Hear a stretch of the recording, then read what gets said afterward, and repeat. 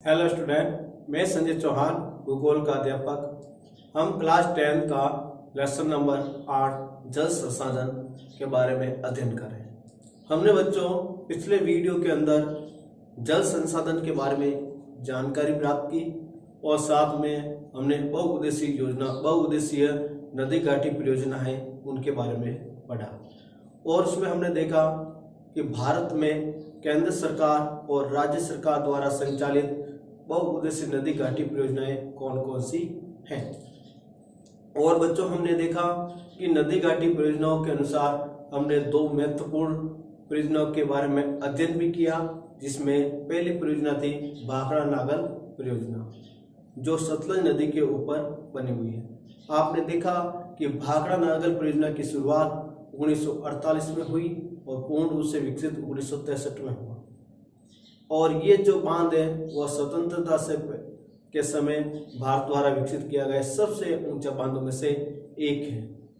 और इसके अलावा हमने एक और परियोजना के बारे में पढ़ा, वो था दामोदर घाटी परियोजना। कौन सी? दामोदर घाटी परियोजना, जो हमारे पश्चिम बंगाल और झारखंड के अंदर स्थित है। और दामोदर घाटी जो परियोजना है वो दामोदर पर्वत क्षेत्र के अंदर आने वाली लगातार बाढ़ों को रोकने के लिए सरकार के द्वारा संचालित की गई। दामोदर घाटी जो परियोजना है वो अमेरिका की जो टेनेसी कंपनी है, निगम कंपनी है, उनके सहयोग से दामोदर घाटी परियोजना या निगम की स्थापना की गई। आज हम बच्चों इसी तरह बहुउद्देशीय नदी घाटी परियोजना का अगली जो परियोजना है हीराकुंड परियोजना। कौन सी है? हीराकुंड परियोजना, उसके बारे में अध्ययन करेंगे। इसका जो पहला बिंदु है बच्चों, प्रायोजित भारत की महत्वाकांक्षी योजना, जो कि उड़ीसा राज्य के शौक के नाम से प्रसिद्ध है। प्रायोजित भारत के अंदर एक महत्वपूर्ण परियोजना बनी, वो है हीराकुंड परियोजना, जो उड़ीसा के शौक कहने वाली जो नदी है उसके ऊपर विकसित की गई। तो आपको बच्चों एक सवाल आपके सामने आया होगा, उड़ीसा का शौक किसे कहा जाता है? उड़ीसा का शौक किससे कहते हैं? महानदी। किससे कहते हैं? महानदी। ठीक है बच्चों। फिर आपसे पूछ ले, पश्चिम बंगाल का शौक, पश्चिम बंगाल का शौक दामोदर नदी, दामोदर नदी। बिहार का शौक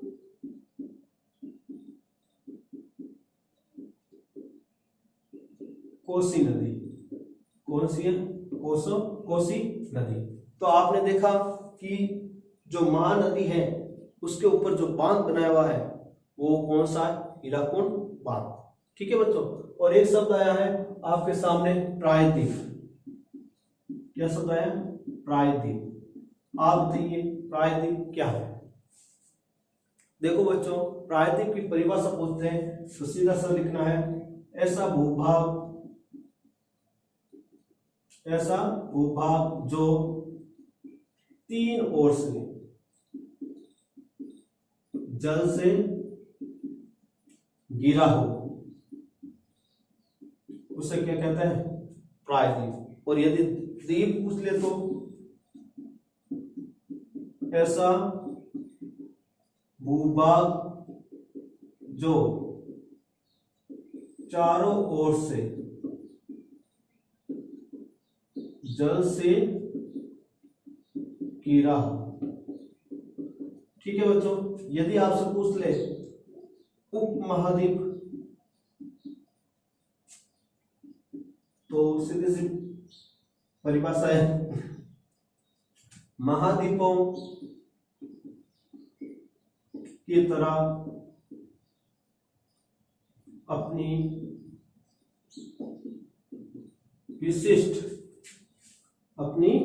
विशिष्ट पहचान रखने वाले भूभाग को क्या कहते हैं? उपमहाद्वीप। ये बच्चों आपके लिए अति महत्वपूर्ण बिंदु है, जो आपको कहीं से भी आपके जो पढ़े लिखे भाई बंधु हैं चाचा काका है, वो काफी बार आपको इस शब्द के माध्यम से पूछ सकते हैं कि बच्चों या प्रायद्वीप किसे कहते हैं, द्वीप किसे कहते हैं, उपमहाद्वीप किसे कहते हैं, इनकी बात में आपको जानकारी होनी चाहिए। तो प्रायद्वीप ऐसा भूभाग जो तीन ओर से क्या हो, जल से घिरा हो। द्वीप ऐसा भूभाग जो चारों ओर से जल से घिरा हो। उपमहाद्वीप महाद्वीपों की तरह अपनी विशिष्ट पहचान रखने वाले भूभाग को क्या कहते हैं, उपमहाद्वीप। इस तरह आपने देखा कि प्रायद्वीप महाद्वीप की परिभाषा क्या है। आगे देखें के नाम से प्रसिद्ध महानदी पर भारत सरकार द्वारा उड़ीसा राज्य में स्थापित किया गया। देखो हीराकुंड जो परियोजना है वो प्रायद्वीप भारत के अंदर जो उड़ीसा का शोक कहने वाली जो महानदी है उसके ऊपर भारत सरकार द्वारा उड़ीसा में लगाया गया है। अगला महानदी जो छत्तीसगढ़ के बस्तर की पहाड़ियों से निकलकर उड़ीसा तथा नदी घाटी क्षेत्रों के मानसून काल बाढ़ की स्थिति पैदा करती है। देखो महानदी का उद्गम स्थान कौन सा राज्य है, छत्तीसगढ़। कौन सा राज्य है बच्चों, छत्तीसगढ़। कौन सी पहाड़ियां है, बस्तर की पहाड़ियां। कौन सी पहाड़ियां, बस्तर की पहाड़। और बस्तर की पहाड़ियों से निकलकर ये कौन सा राज्य प्रवेश करती है, उड़ीसा राज्य में। छत्तीसगढ़ की बस्तर की पहाड़ियों को पार करके वो उड़ीसा राज्य के अंदर जाती है और उड़ीसा राज्य की नदी घाटी क्षेत्रों से होती हुई ये मानसून काल में उन क्षेत्रों के अंदर क्या पैदा करती है, बाढ़ पैदा करती है, मतलब बाढ़ लेकर आ जाती है।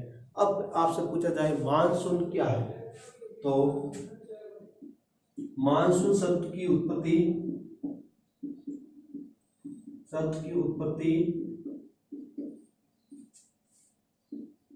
अरबी भाषा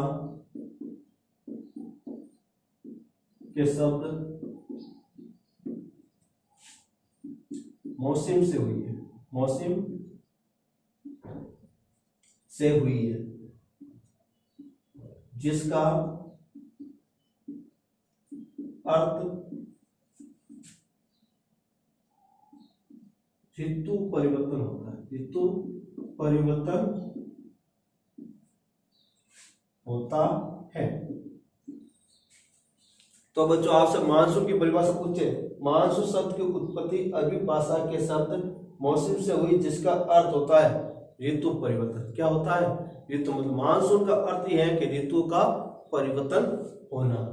यदि आपसे पूछ ले बाढ़ क्या है, बाढ़ क्या है, तो बाढ़ की जो परिभाषा है बहुत ही सिंपल है बच्चों, कोई ज्यादा नहीं है। किसी क्षेत्र में वर्षा की अधिकता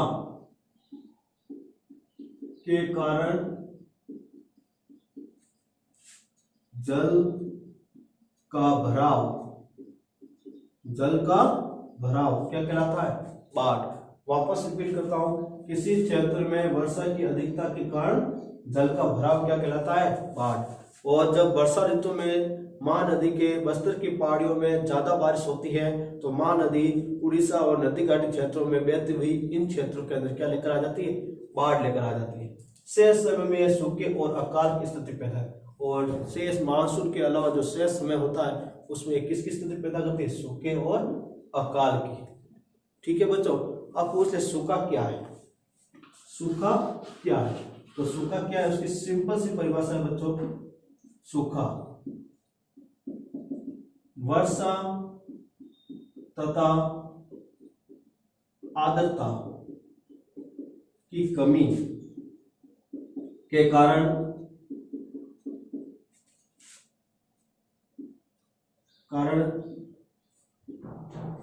मिट्टी में जल की कमी, जिससे वनस्पति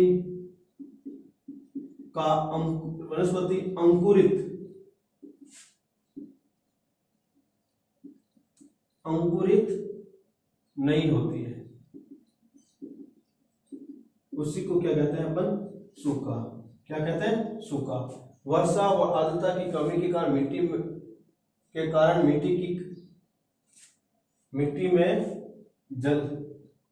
में वनस्पति अंकुरित नहीं होती है उसी को अपन क्या कहते हैं, सूखा।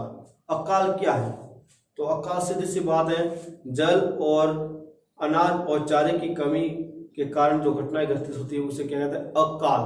अकाल का आपको मतलब ये है चारा पानी की कमी, क्या हो जाते हैं, अकाल। अगला बिंदु, भारत सरकार ने 68 करोड़ रुपए की लागत से सबलपुर से 14 किलोमीटर ऊपर की ओर हीराकुंड बांध बनाया।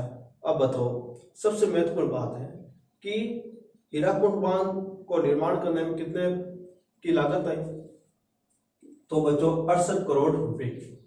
कितने करोड़ की? 68 करोड़ रुपए की लागत हुई। और इसने किसने बनाया? भारत सरकार द्वारा बनाया गया, ना कि राज्य सरकार के द्वारा। अगला बिंदु, यह विश्व का सबसे लंबा बांध है जिसकी लंबाई 4801 किलोमीटर। यदि सवाल आ जाए बच्चों, विश्व का सबसे लंबा बांध कौन सा है, तो विश्व का सबसे लंबा बांध कौन सा है? हीराकुंड बांध। कौन सा है? हीराकुंड बांध, जो उड़ीसा राज्य के संबलपुर के अंदर बना हुआ है, वो भी भारत सरकार के द्वारा 68 करोड़ लागत से द्वारा।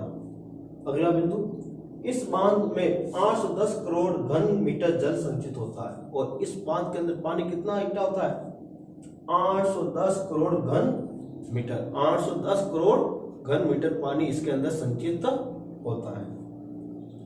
अगला, इस बांध के अलावा तिक्करपाड़ा और नराज में 2 बांध बनाए और इसी महानदी के ऊपर 2 और बांध बनाए हुए। कौन से?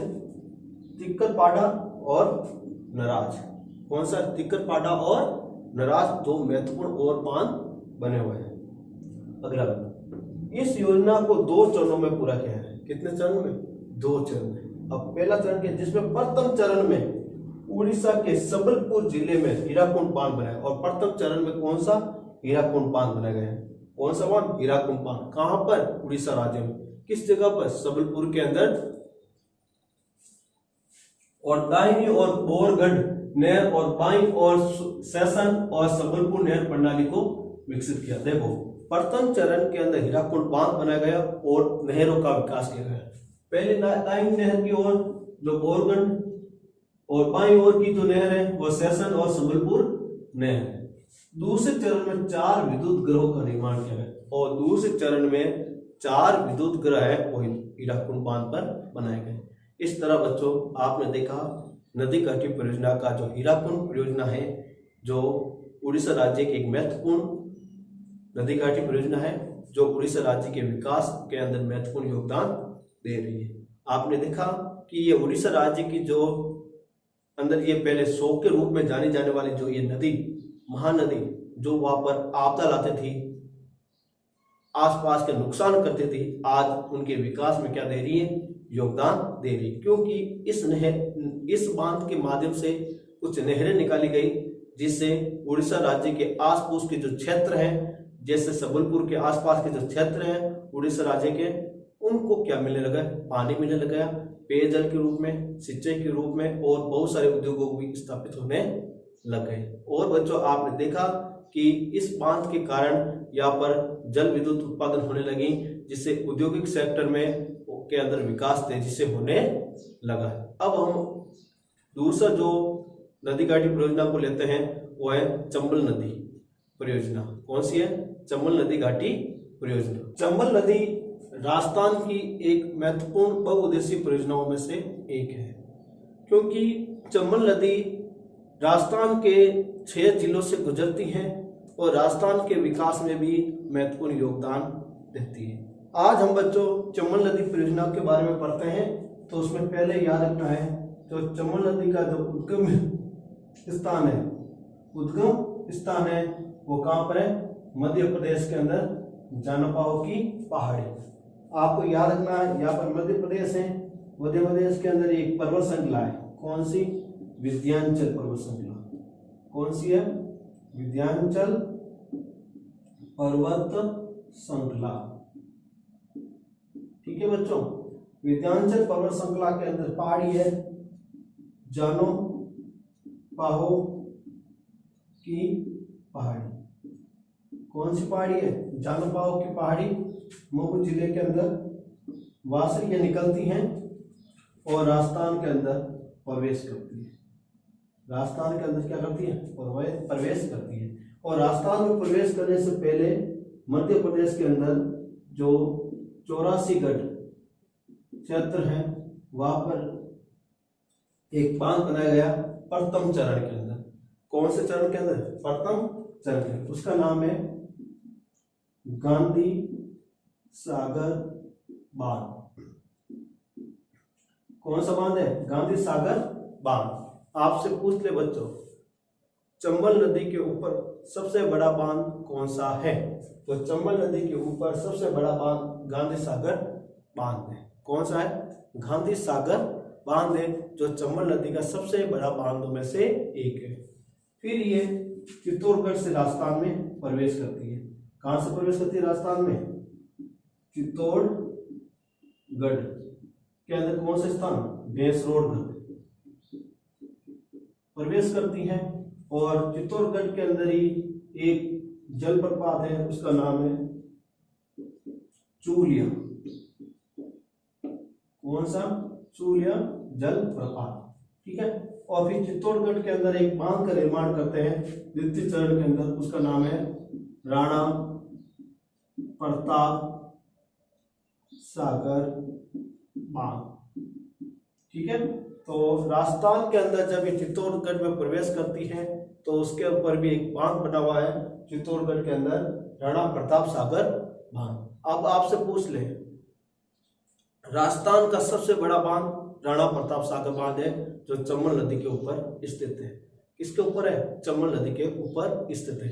तो यहाँ पर दो क्वेश्चन बहुत अच्छे हुए बच्चों। चंबल नदी का सबसे बड़ा बांध गांधी सागर बांध, चंबल नदी का सबसे बड़ा बांध गांधी सागर बांध। और राजस्थान में चंबल नदी के सबसे बड़ा बांध राणा प्रताप सागर बांध। फिर बाद में आगे ये चित्तौड़गढ़ से कोटा के अंदर जाती है। ठीक है। और वहां पर दो बांध बने हुए हैं, जवाहर सागर बांध और कोटा बैरेज। कोटा बैरेज। ठीक है बच्चों। तो ये बांध है। उसके बाद ये राजस्थान के अंदर से ये निकलती हुई ये नदी इटावा, कहां पर? यूपी। इटावा यूपी के अंदर ये किस नदी के अंदर मिल जाती है? गंगा में। किससे मिल जाती है? गंगा के अंदर। और फिर गंगा की सहायक नदी के रूप में यह अंत में जाकर कहां गिरती है? बंगाल की खाड़ी। बंगाल की खाड़ी के अंदर गिरती है। इस तरह यह पूरी भारत के अंदर जाकर समाप्त हो जाती है। तो चंबल नदी किस तरह राजस्थान में प्रवेश करती है, कहां पर कौन से बांध है, उसके बारे में बताया गया। अब हम इसको चंबल नदी के जो महत्वपूर्ण बिंदु है उसके बारे में देखेंगे। तो चंबल नदी का पहला बिंदु, राजस्थान एवं मध्य प्रदेश की संयुक्त परियोजना चंबल नदी पर 1953 में आरंभ की गई। देखो बच्चों, चंबल परियोजना है वो कब शुरू हुई थी? 1953 के अंदर। कब हुई? 1953 के अंदर। कौन कौन से राज्यों के? मध्य प्रदेश और राजस्थान की संयुक्त परियोजना के रूप में। अगला बिंदु, चंबल नदी का उद्गम स्थान मध्य प्रदेश में विंध्याचल पर्वत श्रृंखला की जानुपाव की पहाड़ी मध्य प्रदेश के मऊ जिले से निकलती है। देखो, यदि पूछे चंबल नदी का उद्गम स्थान कौन सा राज्य है, तो मध्य प्रदेश। कौन सा है? मध्य प्रदेश। कौन सी पर्वत श्रृंखला है? विंध्याचल पर्वत श्रृंखला। कौन सी पहाड़ी है? जानुपाव की पहाड़ी। कौन सा जिला है? मऊ जिला। कौन सा है? मऊ जिला। तो एक ही क्वेश्चन पर बहुत सारे क्वेश्चन बन गए। उद्गम स्थान राज्य मध्य प्रदेश, पर्वत श्रृंखला विंध्याचल, पहाड़ी जानुपाव की पहाड़ी और जिला मऊ। अगला बिंदु लेता बच्चों, चंबल नदी राजस्थान में चित्तौड़गढ़ के बेसरोड नामक स्थान से प्रवेश करती है। अब चंबल नदी राजस्थान से होती हुई मध्य प्रदेश से होती हुई राजस्थान में प्रवेश करती है। कौन से जिले से प्रवेश करती है? चित्तौड़गढ़ से। कौन से जिले से प्रवेश करती है? चित्तौड़गढ़ से। और कौन से स्थान से? बेसरोडगढ़ नामक स्थान से प्रवेश करती है। इस नदी के प्रवाह में भूमि अपरदन, बाढ़ के कारण और अन्य संबंधित आपदाओं से होने वाली हानि से बचाव के लिए 3 चरणों में प्रारंभ की गई। देखो इस नदी के ऊपर जो परियोजना है वो कितने चरणों में? 3 चरणों में। उसका क्या कारण था? पहला कारण था भूमि अपरदन, दूसरा कारण था बाढ़ और तीसरा अन्य आपदाएं। इन सारे कारणों से चंबल नदी के ऊपर 3 चरणों में परियोजना को शुरू किया गया। अब है अपरदन। अपरदन क्या है? तो सीधा सा याद रखना है, मिट्टी का कटाव अपरदन कहलाता है। मिट्टी का कटाव अपरदन कहलाता है, याद रखना, मिट्टी का कटाव अपरदन कहलाता है। फिर बाद में अगला शब्द आया बाढ़। बाढ़ की परिभाषा हमने बता दी है। किसी क्षेत्र में वर्षा की अधिकता के कारण जल का क्या हो जाता है? भराव, क्या कहलाता है? बाढ़। आपदा। आपदा किसे कहते हैं? अचानक घटित होने वाली घटना को क्या कहते हैं? आपदा। जैसे आप चल रहे हो, अचानक भूकंप आ जाए तो वो क्या है? आपदा। आप चल रहे हो, अचानक आपके अंदर गाड़ी आगे गिर जाए, वो क्या है? आपदा है। क्या है? आपदा। जो अचानक घटित होती है घटना उसको हम क्या कहते हैं? आपदा कहते हैं। इस योजना के प्रथम चरण में मध्य प्रदेश के मंदसौर जिले की गांधी सागर तथा नदी प्रणाली का विकसित निर्माण किया गया। देखो प्रथम चरण के अंदर मंदसौर जिले के अंदर कौन सा बांध किया गया? गांधी सागर बांध। देखो ये जो 84 के पास क्षेत्र जिला कौन सा है? मंदसौर। कौन सा जिला है? मंदसौर जिले के अंदर गांधी सागर बांध का निर्माण किया गया। द्वितीय चरण में राजस्थान में चित्तौड़गढ़ में राउत बाटा नामक स्थान पर राणा प्रताप सागर बांध निर्माण किया। और द्वितीय चरण के अंदर राजस्थान के अंदर कौन सा बांध? राणा प्रताप सागर बांध का निर्माण किया गया। तृतीय चरण में कोटा बूंदी जिले की सीमा पर जवाहर सागर पिकअप बांध और विद्युत ग्रोह का निर्माण। और तृतीय चरण के अंदर जवाहर सागर बांध का निर्माण किया गया और विद्युत ग्रोह का निर्माण किया गया, जिसमें से कोटा बैरेज भी शामिल है। ठीक है बच्चों, तो इस तरह आपने देखा कि बांध निर्माण के लिए 3 चरण शुरू किए गए। पहले चरण में मध्य प्रदेश का गांधी सागर बांध, द्वितीय चरण में राजस्थान में राणा प्रताप सागर बांध और तृतीय चरण में जवाहर सागर बांध का और विद्युत ग्रोह का निर्माण चंबल नदी के ऊपर किया गया। कोटा बैरेज से राजस्थान से नहरों के माध्यम से सिंचाई की जाती। ओके, कोटा बैरेज के माध्यम से राजस्थान में नहरों के माध्यम से क्या होती है? सिंचाई होती है। और सिंचाई के माध्यम से वहां के आसपास के क्षेत्रों का अंदर अच्छी फसल का उत्पादन भी होता है। अब आप पूछते सिंचाई क्या है? तो वर्षा ऋतु के अतिरिक्त कृत्रिम रूप से पौधे को पानी पिलाने की जो प्रक्रिया होती है वो सिंचाई कहलाती है। ठीक है बच्चों, अब चंबल नदी पर एक चूलिया जलप्रपात है जो राजस्थान में सबसे बड़ा जलप्रपात है। और चंबल नदी के ऊपर एक जलप्रपात, उसका नाम क्या है? चूलिया जलप्रपात, जो राजस्थान का सबसे बड़ा जलप्रपात है। आपको पता ही है भारत का सबसे बड़ा जलप्रपात गरसोपा जलप्रपात है। कौन सा है? गरसोपा जलप्रपात। आपको मालूम होना चाहिए बच्चों, जब पानी सीढ़ी नुमा रूप से नीचे गिरता है उसको हम क्या कहते हैं? जलप्रपात। किसी क्षेत्र के ऊपर या किसी क्षेत्र के अंदर जल का सीढ़ी नुमा गिरना ही क्या कहलाता है? जलप्रपात। तो भारत का सबसे बड़ा गरसोपा जलप्रपात और विश्व का सबसे बड़ा वेनेजुएला जलप्रपात है। और आपको ये भी मालूम होना चाहिए राजस्थान का जो सबसे बड़ा जलप्रपात वो है चूलिया जलप्रपात। इस तरह बच्चों आपने चंबल नदी घाटी परियोजना और महानदी घाटी परियोजना, महानदी नदी घाटी परियोजना आदि के बारे में अध्ययन किया और उसमें देखा कि महानदी और चंबल नदी परियोजना का निर्माण कैसे हुआ, कब हुआ, किस उद्देश्य को ध्यान में रखकर किया गया और उसमें कितनी लागत आई और किस तरह ये परियोजना हमारे लिए लाभदायक है उसके बारे में बताया। बच्चों ये जल संसाधन जो टॉपिक था उसके जो परियोजना टॉपिक है उसमें हम अगले वीडियो के अंदर जो अन्य जो जल परियोजना है जैसे इंदिरा गांधी नहर परियोजना और राजस्थान की जो छोटी जल परियोजना है उन सब के बारे में नेक्स्ट वीडियो के अंदर अध्ययन करेंगे। थैंक यू, धन्यवाद।